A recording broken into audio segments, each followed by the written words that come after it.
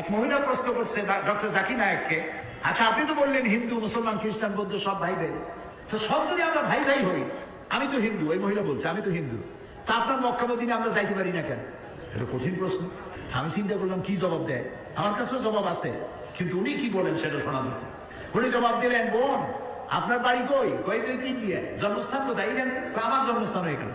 আচ্ছা বোন আপনি কি জানেন যে ইন্ডিয়ায় এমন এমন এমন জায়গা আছে যেখানে এখানে জন্মগ্রহণ করার পরেও সে জায়গায় আপনি আর আমি যাইতে পারি না, এরকম জায়গার নাম জানেন?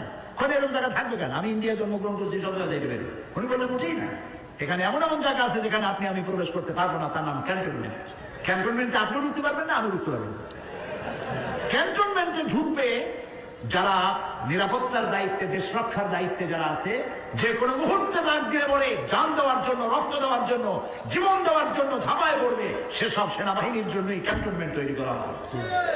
ওখানে